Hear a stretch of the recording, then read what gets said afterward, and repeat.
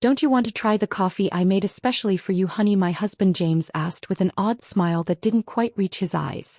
I was sitting at my sister-in-law Nina's elegant dining table in her Nashville home where we gathered for our monthly family brunch. The coffee cup in front of me had a strange, almost metallic smell that made my stomach turn. My name is Christina, and at 29 I never imagined I'd be questioning whether my own husband was trying to poison me.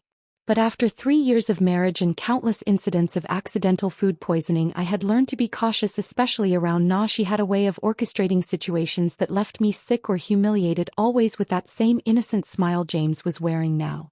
How thoughtful of you, I replied, forcing a smile while my mind raced. The aroma wafting from the cup was unlike any coffee I'd smelled before. It reminded me of the time last month when I'd ended up in urgent care after drinking tea at Nina's house. The doctors couldn't explain my symptoms, and Na had insisted she'd made the tea exactly the same way she made her own. Na watched me intently from across the table, absently stirring her own untouched coffee. James has become quite the barista lately, she said with a smirk. He's been practicing different brewing methods just for you. The way she emphasized "for you" sent chills down my spine. I had noticed James spending more time at Nina's house lately, claiming they were planning a surprise for our upcoming anniversary, but something felt off. The whispered conversations that stopped when I entered the room, the strange texts I'd glimpsed on his phone, and now this coffee with its peculiar scent. I lifted the cup, pretending to take a sip while studying their expressions. James and Na exchanged a quick glance that confirmed my suspicions. Making a show of checking my phone, I stood up abruptly. "Oh, would you look at that? I need to make a quick call for work now. Would you mind if I use your study?" As I walked past Nina's place setting, I deliberately stumbled, quickly switching our coffee cups in the confusion of steadying myself. "I'm so sorry," I exclaimed, straightening up. "I'm such a klutz sometimes." Nina waved off my apology with a tight smile. "Just try not to break anything in the study." I nodded and hurried away, my heart pounding. Through the study's doorway I could still see them at the table now. I just had to wait and watch. From the study doorway I watched Na lift the coffee cup to her lips, and my stomach clenched with anxiety. Part of me wanted to stop her, to warn her, but I needed to know the truth. I'd spent too many nights in emergency rooms, too many hours doubled over in pain, always after sharing meals with them. It wasn't always like this. When I first met James at a friend's wedding in Nashville 3 years ago, he was charming and attentive. Na had seemed welcoming too, inviting me to family gatherings and offering to help plan our wedding. But looking back, I should have noticed the red flags: the way she would accidentally spill things on my dress at important events, or how my food always seemed to have extra seasoning when she helped cook. The incident started small: an upset stomach here, a mild allergic reaction there. James always had an excuse ready: maybe it was something you ate earlier, or you must be coming down with something. But the pattern was becoming clear. The worst was 2 months ago when I ended up hospitalized after eating breakfast at their house. The doctors found traces of something in my system they couldn't identify, but James convinced everyone I must have taken some expired medication. I gripped the door frame, watching as Na took another sip of the coffee. James was typing on his phone, seemingly unconcerned.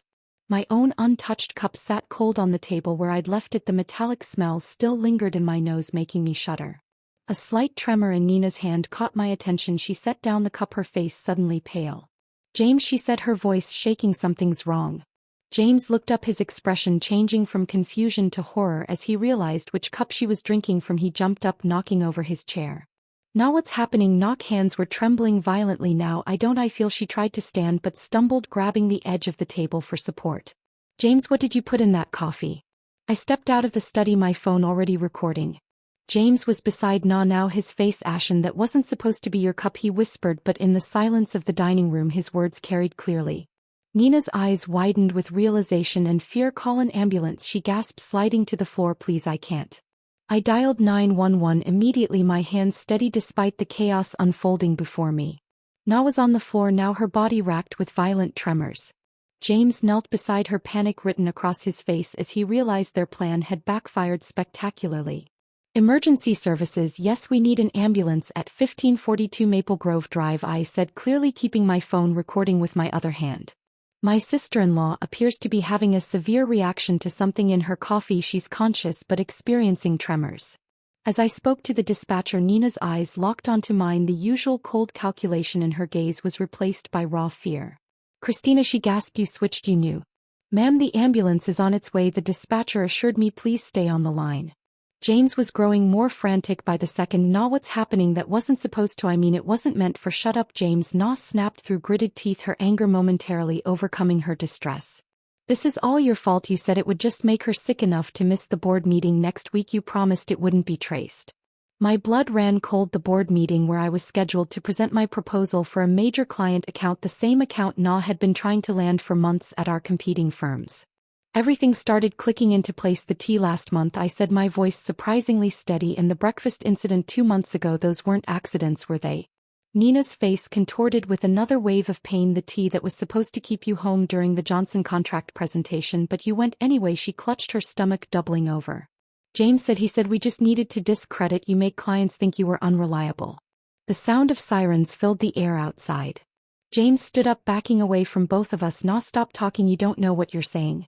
"I know exactly what I'm saying." Na spat, her words slurring slightly. "We've been planning this for months, ever since Christina started outperforming me at every client meeting. You were supposed to make sure she drank it today." The paramedics burst through the front door and I quickly stepped aside to let them work. As they loaded Nina onto a stretcher, I stopped recording and sent the video to my private email, then to my lawyer. James stood frozen, watching as his carefully constructed plan crumbled around him. "I'll ride with her to the hospital," I told the paramedics, my voice firm. "After all, I need to make sure my sister-in-law gets the proper treatment." I met James's terrified game, and I'm sure the doctors will be very interested in knowing exactly what was in that coffee. The emergency room at Nashville General Hospital was a flurry of activity as doctors rushed to treat Na. I sat in the waiting room, my phone clutched in my hand, repping the recording of Nina's confession. The tremors in her voice, the panic in her eyes, it was all the evidence I needed to prove this wasn't just paranoia on my part. "Family of Na Anderson," a nurse called out. I stood up, noting James's conspicuous absence. He'd mumbled something about parking the car 20 minutes ago and hadn't returned. "I'm her sister-in-law," I said, following the nurse through the double doors. "How is she?" "She's stabilized, but we found concerning levels of toxins in her system." The nurse's expression was grave. "The doctor would like to speak with you about some unusual findings in her blood work." Dr. Phillips, a tall woman with graying hair and sharp eyes, was waiting by Nina's room. "Mrs. Bennett, could you tell me exactly what happened before your sister-in-law became ill?"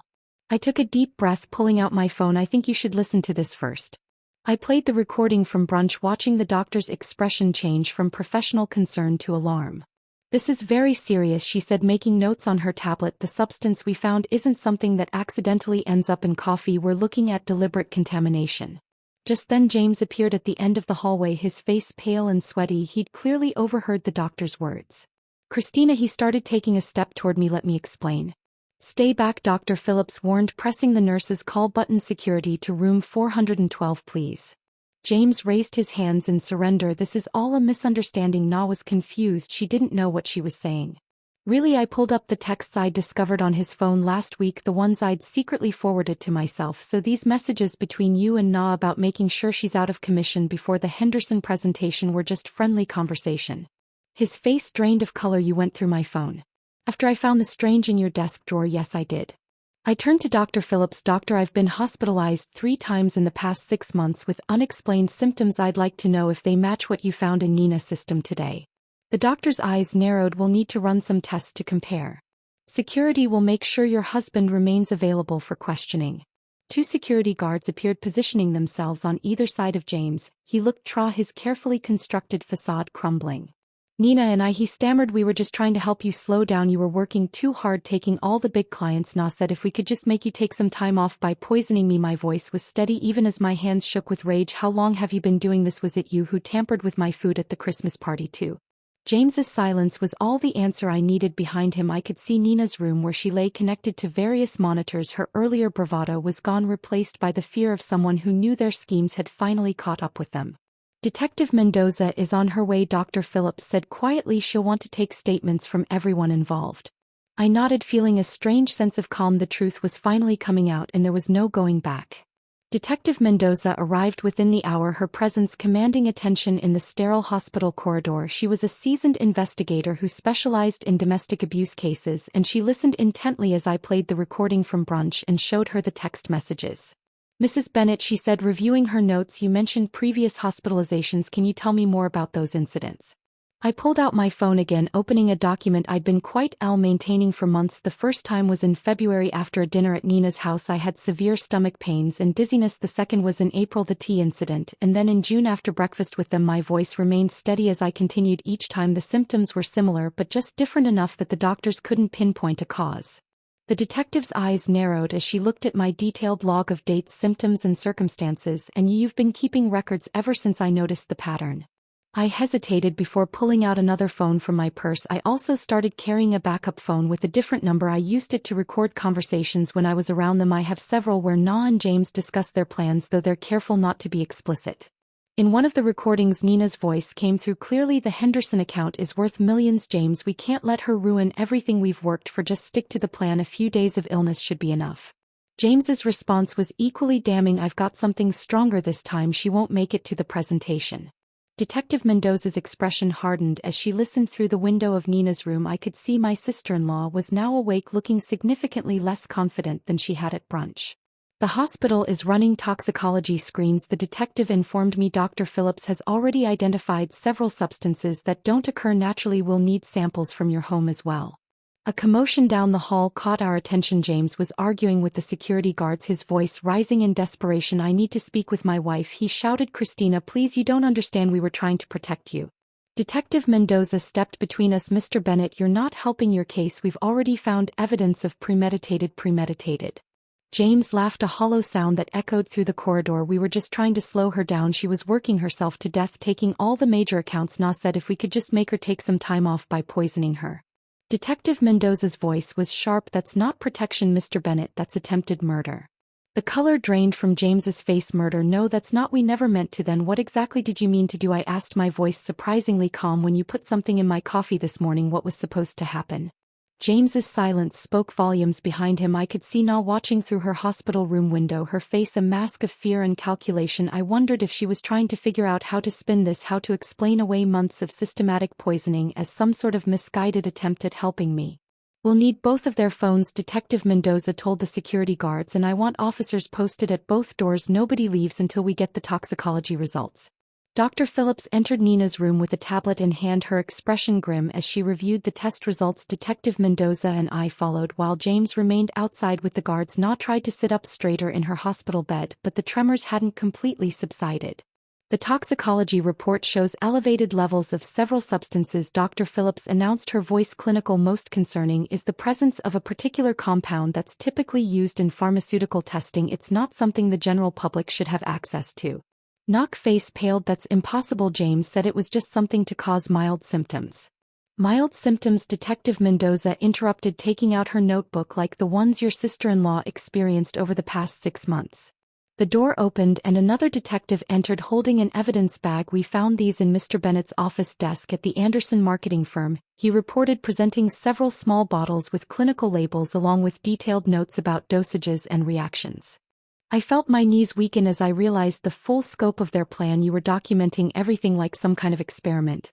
It wasn't like that, Na protested, but her voice wavered. We just needed to track what worked. The first few attempts weren't effective enough. You kept showing up to meetings anyway, so you increased the dosages, Detective Mendoza concluded, examining the bottles. Did you know these substances could be lethal in higher concentrations? The room fell silent. James, still visible through the window, sank into a chair in the hallway, his head in his hands. The Henderson account, I said slowly, pieces clicking into place. It wasn't just about that presentation, was it? You needed me out of the way permanently because the client specifically requested me as their lead. Na's face contorted with a mixture of anger and fear. You were ruining everything I built, that client portfolio, for years, and then you show up and suddenly everyone wants to work with you instead. James said he could fix it by killing me. The words hung in the air, heavy with accusation. We weren't trying to. Na started, but Dr. Phillips cut her off. The concentration in the coffee you drank today, the doctor stated, looking directly at Nina, was significantly higher than previous samples we've analyzed. From Mrs. Bennett's earlier hospital visits, if she had consumed it, the outcome would have been severe, possibly fatal. Detective Mendoza turned to the other officer. We'll need a full warrant for both their homes and offices and contact the pharmaceutical company listed on these bottles. Find out how they obtained these substances. Na slumped back against her pillows, the fight draining from her face. It wasn't supposed to go this far, she whispered. James kept saying we just needed one more try. I stepped closer to her bed, my voice steady despite the trembling in my hands. Every time I got sick, every meeting I missed, every client I lost, you were both there watching, taking notes on how your poison was affecting me. What kind of people does that make you? The silence that followed was deafening. Outside I could hear James being read his rights as additional officers arrived. Nas stared at her, hands unable to meet my gaze. "Detective," I said, turning away from my sister-in-law, "I'm ready to make my formal statement now." The trial lasted 3 weeks, but it felt like years. I sat in the courtroom each day watching as the prosecution methodically laid out their case against James and Na. The evidence was overwhelming. The bottles from James's office, their detailed notes on each poisoning attempt, the recorded conversations and text messages discussing their plans. What struck me most was their demeanor throughout the proceedings. Na, usually so polished and confident, looked small in her defendant's chair. James couldn't even look at me, keeping his eyes fixed on the floor as expert witnesses detailed the potentially lethal effects of the substances they'd been using. Dr. Phillips's testimony was particularly damning. She presented a comprehensive analysis showing how they had gradually increased the dosages over time, demonstrating clear intent to cause serious harm. The pharmaceutical company representative confirmed that James had stolen the compounds through his college friend who worked in their research department. The defendants showed a calculated pattern of behavior. The prosecutor argued in her closing statement this wasn't just corporate sabotage, it was a systematic attempt to harm Mrs. Bennett, with a clear escalation that could have resulted in death. When the verdict was finally read, I felt no joy, only relief. Both James and Nino were found guilty on multiple counts, including attempted murder and conspiracy. The judge's words echoed through the silent courtroom. The premeditated nature of these actions carried out against a family member over an extended period demands the maximum sentence. I watched as they were led away in handcuffs, thinking about how greed and jealousy had twisted two people I once trusted into something unrecognizable: their business, their reputations, their freedom, all sacrificed in an attempt to destroy me. 1 year after the trial, I stood at the podium of the Nashville Business Leaders Conference preparing to give the keynote speech. The irony wasn't lost on me. This was exactly the kind of opportunity Na had tried to prevent me from achieving. The Henderson account, which she and James had been so desperate to steal, had led to several more major clients, establishing me as one of the top marketing executives in the region. Success isn't just about talent or hard work. I began looking out at the sea of faces. It's about integrity, about building genuine relationships based on trust. I paused, letting my words sink in. Sometimes the biggest threats to our success come from those closest to us, but surviving those challenges makes us stronger. After my speech, several young professionals approached me seeking advice. One woman, her eyes bright with determination, asked how I'd maintained my composure throughout the ordeal. I focused on what I could control. I told her I gathered evidence, trusted my instincts, and refused to let fear stop me from pursuing my goals. Later that evening, I received an email from the Henderson client confirming they were renewing their contract for another 3 years. I smiled, thinking about how differently things might have turned out if I hadn't trusted my instincts that day at brunch. The local paper had run a small article that morning about Na and James beginning their prison sentences. I didn't read it, and instead I focused on the proposal for my newest client project, knowing that the best revenge wasn't about getting even, it was about moving forward and succeeding despite those who tried to hold you back.